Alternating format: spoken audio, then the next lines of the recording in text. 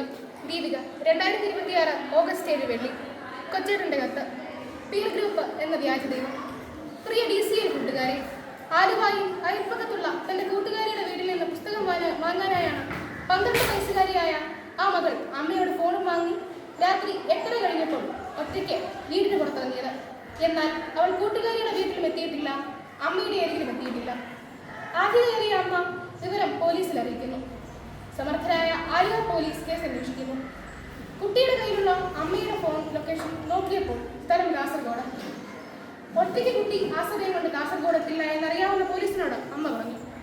കൊച്ചിന് Instagram account ഉണ്ട്. 12 വയസ്സുകാരിയുടെ Instagram പരിശോധിച്ച് പോലീസ് എത്തി. ചെറായി ബീച്ചിൽ ഐസ്ക്രീം കച്ചവടം നടത്തുന്ന 26 വയസ്സുള്ള കൊല്ലംകാരനുമായി 12-കാരിയുടെ ചാറ്റിംഗ് കണ്ട പോലീസ് പോലും അന്തം വിട്ടു. ജാഗ്രതയോടെ കുട്ടിയെ കണ്ടെത്താൻ ആലുവ പോലീസ് സ്വന്തം വാഹനത്തിൽ യാത്ര ആരംഭിച്ചു. ആലുവ, കാസർഗോഡ്, മംഗലാപുരം, ഗോവ വഴി മുംബൈയിലെ ധാരാവിയിൽ, അവിടെ നിന്നും ഡൽഹിക്ക് പോകും വഴി പൂനെ റെയിൽവേ സ്റ്റേഷനിൽ വെച്ച് കൊച്ചിനെയും ബെസ്റ്റിയെയും പോലീസ് പൊക്കി. കൊച്ചിന്റെ ഇൻസ്റ്റയിലെ ബെസ്റ്റിക്ക് പോക്സോ കേസിൽ അറസ്റ്റും റിമാൻഡും. ബാലതലമുറയുടെ സുരക്ഷിതത്വത്തെപ്പറ്റി സുബോധത്തോടെ ചിന്തിക്കുന്ന പല വിദേശ രാജ്യങ്ങളും 16 വയസ്സിന് താഴെയുള്ള കുട്ടികൾക്ക് സോഷ്യൽ മീഡിയ നിരോധിച്ചു കഴിഞ്ഞു. Australia, Brazil, UK, Indonesia, Malaysia തുടങ്ങിയ രാജ്യങ്ങൾ 2025 മുതൽ കുട്ടികളുടെ ഓൺലൈൻ ഉപയോഗം, സ്ക്രീൻ ടൈം, സോഷ്യൽ മീഡിയ അക്കൗണ്ടുകൾ എന്നിവ പരിശോധിക്കുകയും നിരോധിക്കുകയും ചെയ്തു കഴിഞ്ഞു. ആ രാജ്യങ്ങളെല്ലാം ബുദ്ധിവികാസം പ്രാപിക്കാത്തവരാണോ? ശാസ്ത്രീയ പുരോഗതിയെ അംഗീകരിക്കാത്തവരാണോ? അല്ല. പുരോഗതിയുടെയും വികസനത്തിന്റെയും ഒന്നാം നിരയിലുള്ള രാജ്യങ്ങളാണ് കുട്ടികൾക്ക് സോഷ്യൽ മീഡിയ നിരോധിച്ചത്. പ്രിയ കൂട്ടുകാരെ, ഈ അടുത്ത കാലത്തെ ചില കൂട്ടുകാരുടെ സ്വഭാവവും പെരുമാറ്റവും മാതാപിതാക്കളെയും മുതിർന്നവരെയും ഏറെ ആഗ്രഹത്തിലാക്കുന്നുണ്ട്. ആരാണ് എന്റെ യഥാർത്ഥ കൂട്ടുകാർ എന്ന സത്യം വീട്ടിൽ പറയാത്ത കുട്ടികളുടെ എണ്ണം കൂടുകയാണ്. പല കുട്ടികൾക്കും അവരുടെ മാതാപിതാക്കളല്ല മതബോധം പകർന്നു എന്ന ധാർമ്മികതയല്ല, പകരം അവരുടെ സ്വന്തം പിയർ ഗ്രൂപ്പാണ്. സമപ്രായക്കാരായ കുട്ടികളാണ് പലരുടെയും ദൈവങ്ങൾ. മുമ്പ് മാതാപിതാക്കൾ പറയുന്നത് ദൈവം പറയുന്നത് പോലെ മക്കൾ കേട്ടിരുന്നു.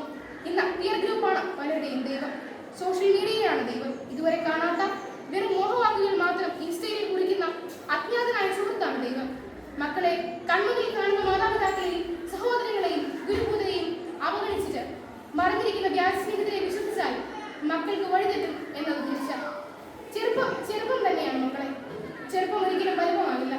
മാതാപിതാക്കൾ നിങ്ങൾ ആഗ്രഹിക്കുന്നത് പോലെ വളർത്തണോ, അതോ നിങ്ങളുടെ നന്മയ്ക്കായി വളർത്തണം? അവരുടെ ജീവിതപാതകൾക്ക് ഒരു വിലയുമില്ലേ. തഴച്ചു വളരുന്ന പല ചില്ലകളും പിഴച്ചു വളരുന്നതാണ് എന്ന് നല്ല കർഷകൻ അറിയാം. നല്ല കർഷകൻ ചൊല്ലുകൾക്കനുസരിച്ചല്ല പ്രവർത്തിക്കുന്നത്. പല ജീവിതശീലങ്ങളും ഉപേക്ഷിക്കാൻ മാതാപിതാക്കൾ പറയുമ്പോൾ മക്കൾ അവ ഉപേക്ഷിക്കണം.